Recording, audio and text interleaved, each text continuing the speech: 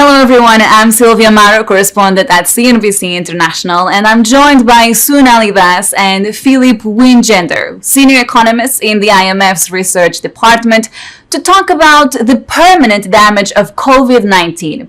Because it doesn't matter where we look, whether it is a low-income nation or a specific sector of our economy, the pandemic has had a widespread shock. But some nations face higher risks than others, the same way that the tourism industry has been much more exposed than manufacturing, for instance. So I would like to dive into how the pandemic will change parts of our economy forever. And both of you have written about the scarring effects from this crisis. But before we get into the results of your analysis, I would like to start by asking you, Philippe, could you explain what economic scarring actually is? Well, thank you for having us, Silvia. That's a very interesting question. So we define economic scarring as the destruction of relationships between workers and firms, between lenders and borrowers, and between sellers and buyers. And so that's illustrated by workers losing their jobs and firms going bankrupt. So just to give an example of what we have in mind, think of a restaurant that is now serving fewer clients because people don't want to eat out anymore. So now faced with lower revenues, it has to let go of its staff and shut down. But the damage also goes beyond that. So for example, let's assume that this restaurant was serving locally sourced food. And so the farm that was supplying the eggs for the restaurant is now losing a big client. So they also have to scale back their operations. And that's going to lead to further damage.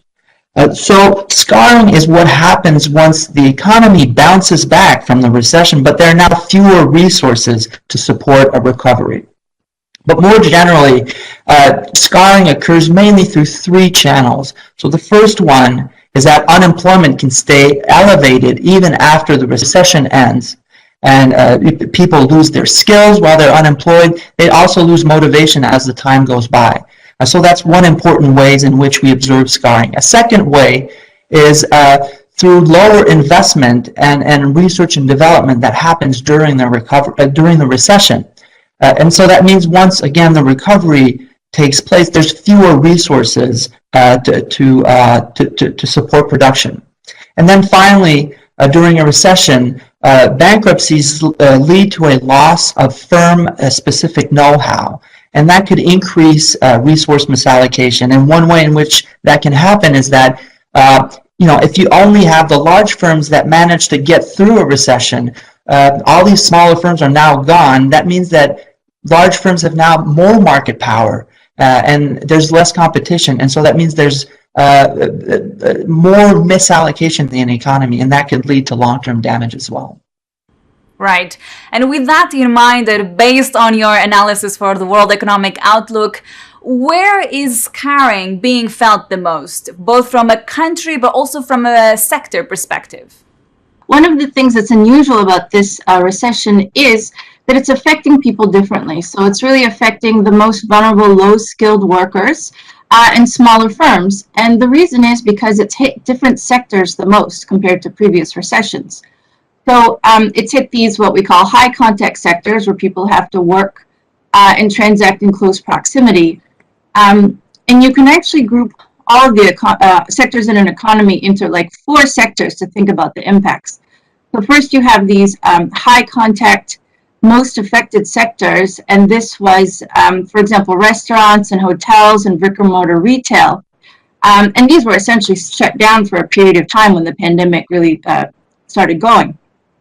Then you have high-contact sectors that were less affected, and that's because they're essential. So, for example, health or groceries that everybody needed, or because they could happen outside. So that's like construction.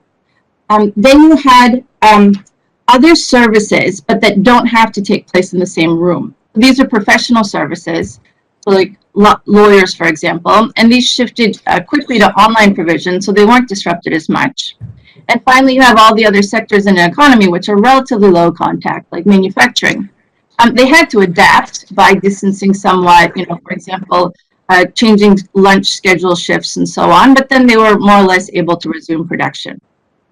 So it's had a unique impact in different sectors, this recession, and that's also why the countries that have a larger share of these high content sectors are the ones that are hardest hit. So as you mentioned at the start, the tourism dependent economies like the Caribbean islands or Thailand, they're really struggling.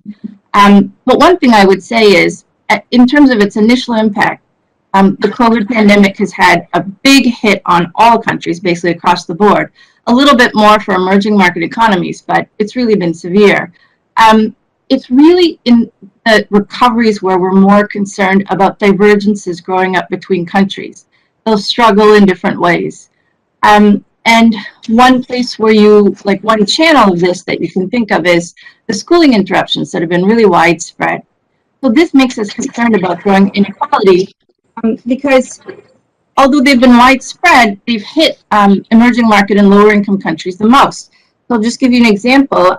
In countries, in the lowest income countries, students missed an average of 69 days of schooling in 2020. That's lower in emerging market economies at around 45, and even lower in the advanced economies at 15 days on average. And that's just the in-person schooling. For remote learning, the lower income countries have more challenges as well because of infrastructure gaps with electricity and less internet access. And so without remedial measures to fix this, these education losses are going to put these workers in a worse position when they enter the workforce. And that's something we're very concerned about.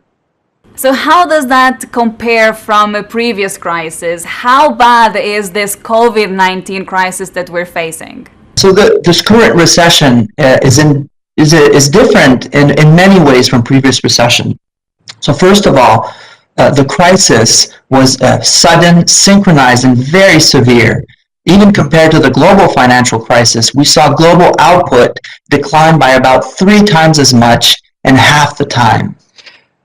Second, it has affected workers, firms, sectors, and countries in very different ways. And so, as Sonali just mentioned, it was the high contact service sectors that were hardest hit in the COVID-19 pandemic.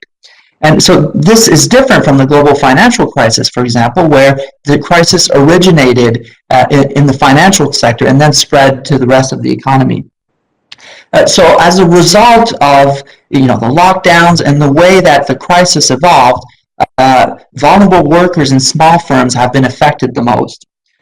A third way in which this crisis is different is the way that the shocks spread between sectors. So these high contact sectors that we're talking about, restaurants and retail trade, these sectors are less central to what we call production networks. And so they mostly serve consumers, and they're not so much used as input into other firms' production.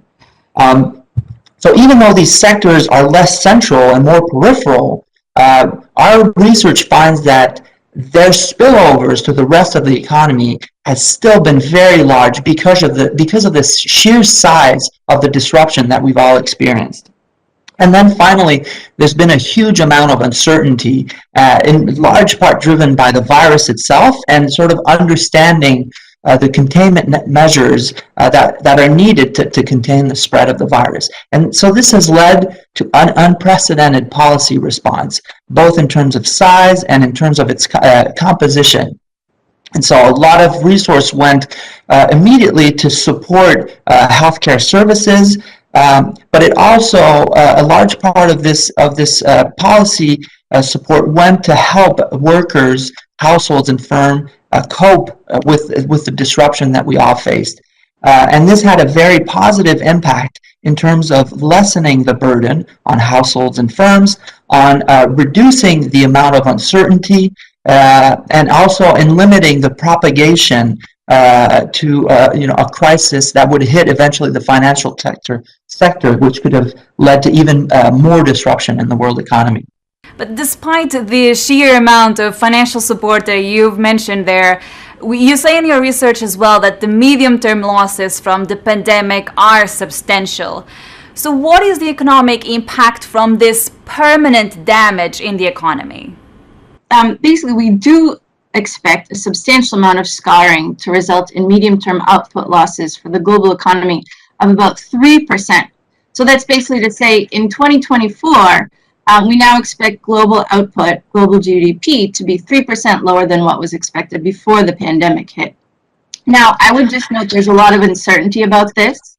It's based on our current understanding about the path of the pandemic, and the assumption basically that it's brought under control globally by the end of 2022. One thing that is clear, despite all the uncertainty, is that there's going to be a lot of variation across countries. So emerging market economies and developing countries are supposed to have, expected to have deeper scars than advanced economies. This is because of their more modest initial policy response. So the policy response we were talking about that's unprecedented all across in terms of its composition, but in size it was largely the more advanced economies that had the space to do a lot of spending. So in terms of regions, emerging economies in Asia in particular, some of them, except for China, and also some economies in Latin America seem to be expected to be doing the worst, the hardest hit in the medium term. And overall, the amount of scarring you could expect in any country is going to depend on a number of factors. One is the path of the pandemic itself in that country, depending on vaccine distribution and rollouts and so on. One is what we call that structure of the economy, the share of the high contact sectors, and how well businesses and workers can adapt to a lower contact environment as well. And one is the effectiveness of the policy response. So we've seen that the countries that have a larger fiscal policy response are expected to have less scarring in the medium term. I'd just say in terms of comparing to the global financial crisis, one piece of good news is that this time financial stability has been so far largely preserved, owing to the policy actions as we've discussed. We've seen in past recessions, it's really the ones that are associated with financial crises that have the most scarring. So just to compare, after the global financial crisis, 4 years afterwards, the medium-term output loss was almost 10% of global GDP, compared to the 3% that we're expecting now. So this really underscores how important it is to preserve financial stability as the policy response for COVID evolves going forward. Despite all of this policy support that you just mentioned, there are a lot of disparities between countries, between sectors. So I was wondering if you have any sort of policy advice. What else can be done? And perhaps both of you can answer this one. I'll start with you, Philippe. So thank you. That is obviously the crucial question that policymakers face right now. So, and we do believe that policies will play a very, very important role going forward.